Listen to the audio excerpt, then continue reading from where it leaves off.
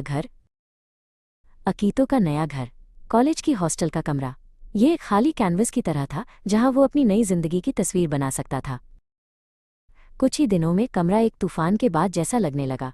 कपड़े जमीन पर बिखरे हुए थे, किताबें और नोट्स मेज पर ढेर थे। अकीतो को समझ नहीं आ रहा था कि कहाँ से शुरू करे। उसने सोचा कि खाना बनाना आसान होगा, लेकिन उसकी पहली कोशिश एक जले हुए पैन और किचन में धुएं के साथ खत्म हुई। माँ पापा के घर पर यह कितना आसान था, उसने सोचा।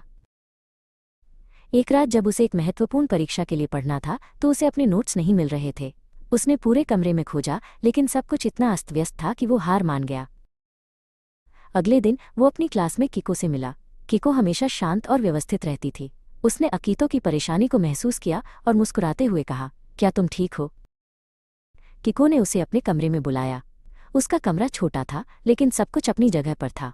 उसने अकीतो को कुछ आसान तरीके सिखाए। हर चीज़ की एक जगह होती है। अकीतो ने किको की सलाह मानी। उसने अपने कपड़े तय किए, किताबें सही जगह पर रखी और कूड़ा बाहर फेंका। धीरे धीरे उसका कमरा एक आरामदायक जगह में बदल गया। उसने दोबारा खाना बनाने की कोशिश की। इस बार उसने एक साधारण रेसिपी का पालन किया और एक स्वादिष्ट सूप बनाया। सूप की खुशबू पूरे कमरे में फैल गई।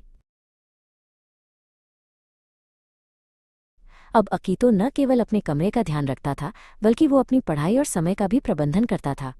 वो अब एक जिम्मेदार वयस्क की तरह महसूस करता था। उसने अपने माता पिता को फ़ोन किया। मैं ठीक हूँ, उसने कहा। मैंने सीख लिया है कि खुद का ख्याल कैसे रखना है। उसके माता पिता बहुत खुश थे। अकीतो जानता था कि ये सिर्फ शुरुआत थी।